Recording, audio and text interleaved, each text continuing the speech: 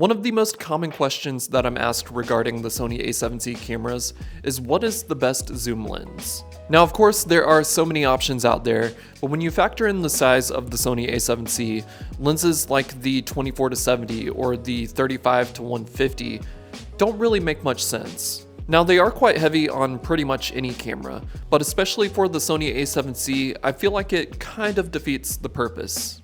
Realistically, unless you're going with the 28-60 kit lens, pretty much any zoom lens that you put on the Sony a7C will start to feel a little front heavy and maybe unbalanced. But that doesn't mean there aren't some great zoom lenses that complement the Sony a7C, a7C II, and the a7CR very well. And while I do primarily use prime lenses, I've collected a few zoom lenses over the years that I think may be your best options. So in this video, we're going to be talking about 4 lenses, 3 of which I own and 1 I decided not to buy. I'll explain when we get to that lens.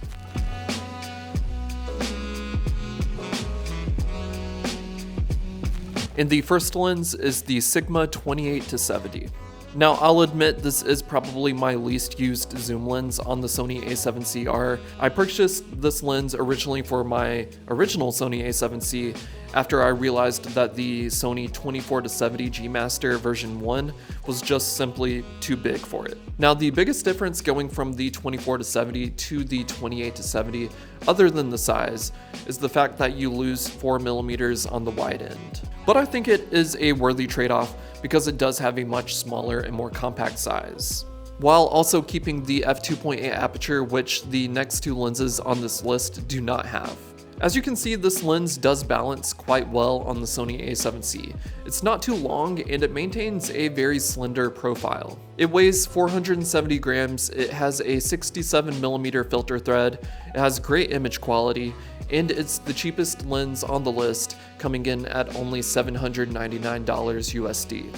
Now, like I mentioned, this is my least used lens, and the reason for that is because I gave this lens to my wife, who is also a photographer, and this has been her primary lens for a couple years now. She almost exclusively uses this lens to shoot branding, fashion, and even some product photography. So while it may not be my personal favorite lens, I do think it is a fantastic option that you should consider.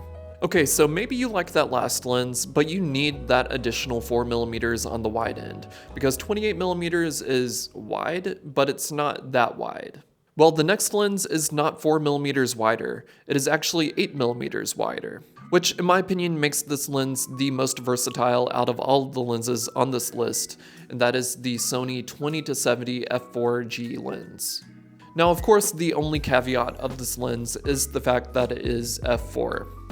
Which I personally don't mind because generally when I'm out walking around taking photos, I shoot at around f4 anyways.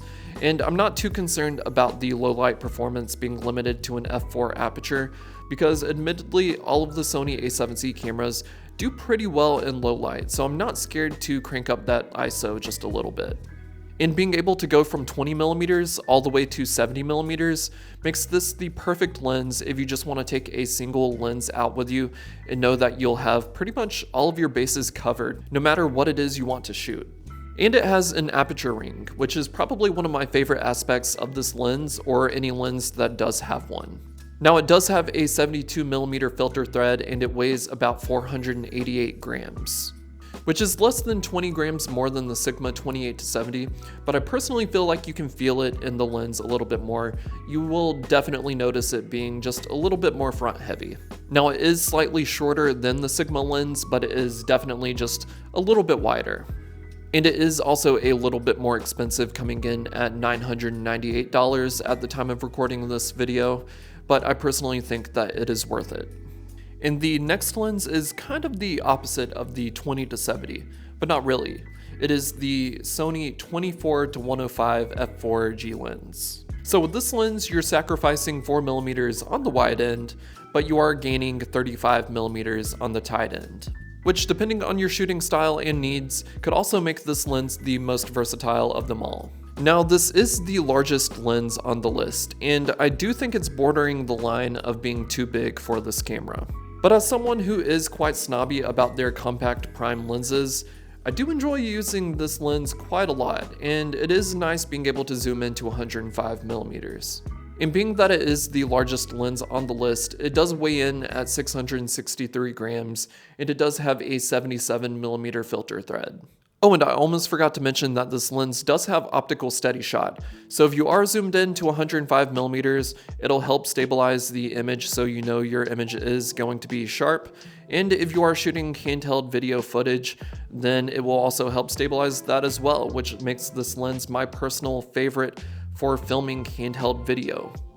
And for a long time, this was my dedicated lens for filming these videos on my channel. Since then, I have replaced it with the 20-70, and this lens has kind of been collecting dust ever since. But recently, I decided to pick it up and use it a little bit more for taking photos, and I've been really enjoying it. So I am looking forward to using this lens more in future videos for shooting photos. Now, it is a little bit more expensive than the previous two lenses. It does come in at $1,098 USD, at least at the time of recording this video. So with that, you can make the decision on which lens you think would be best for you. Slightly wider, has an aperture ring, or slightly tighter, no aperture ring, and $100 price difference.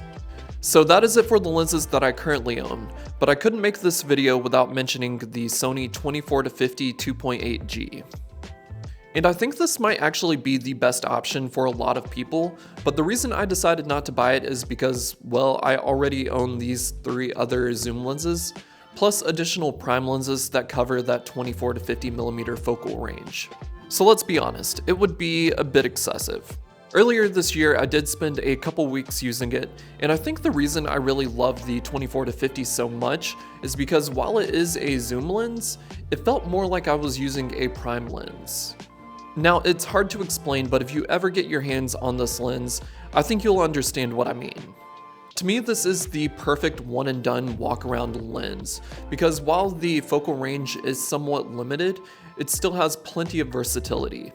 Plus, if you put your Sony a7C into the APS-C mode, you're effectively getting a focal range of 24mm to 75mm, which is pretty good, especially on the Sony a7CR when you are using that 60 megapixel sensor, and it's essentially a 26 megapixel sensor when you are in that APS-C mode. It's about the same size as the Sony 35 1.4G Master, so while it's not super compact, it's still relatively compact, and I think maybe that's the reason it feels more like a prime lens. It also has a 67mm filter thread, and it weighs about 440 grams, which makes it the lightest and the smallest lens out of all of the lenses I've mentioned in this video, and the more I talk about it, the more I wish I owned it. And it costs $1,098 USD, so about the same price as the 24-105. But like all of the other lenses, this lens has its trade-offs, so you can make that decision for yourself. So those are all of the lenses that, in my opinion, are probably your best options for zoom lenses on the Sony a7C cameras. Yes, there are technically better lenses out there, but once again, in my opinion, I don't think every lens is meant for every camera. Now, I have to emphasize that this is my opinion because I personally know many people that do enjoy using 24-70s on their Sony a7C cameras. So along with all the lenses that I've mentioned in this video, in the description, I will have other zoom lenses as well, so you can explore all of your options. For a camera that is designed to be as compact as it is, I personally think that using compact lenses, whether that is a prime lens or a zoom lens, suit it best. Now for me, it's hard to narrow it down which one that I think truly is the best lens for the Sony a7C, but I'm gonna have to give it to the 24-50 simply because it is the smallest and the lightest of the bunch. But out of the ones I do own, I personally think the 20-70 is probably the best value. Now, if there are any other zoom lenses that you personally really enjoy using on the Sony a7C that I have not mentioned, please leave a comment down below. I will give an honorable mention to 2 lenses, one of which is the Tamron 28-75, which I have personally never used, but I know a lot of people really love that lens. And the other one that I will mention, while a little different from all of the lenses that I've mentioned in this video, would be the Sony 16-25, which pairs very well with the 24-50. So thank you for watching this video. If you enjoyed this video, please like and subscribe to help support me so I can continue growing and reaching a larger audience. And I hope I could inspire you guys to get out and take more photos. Go out and shoot.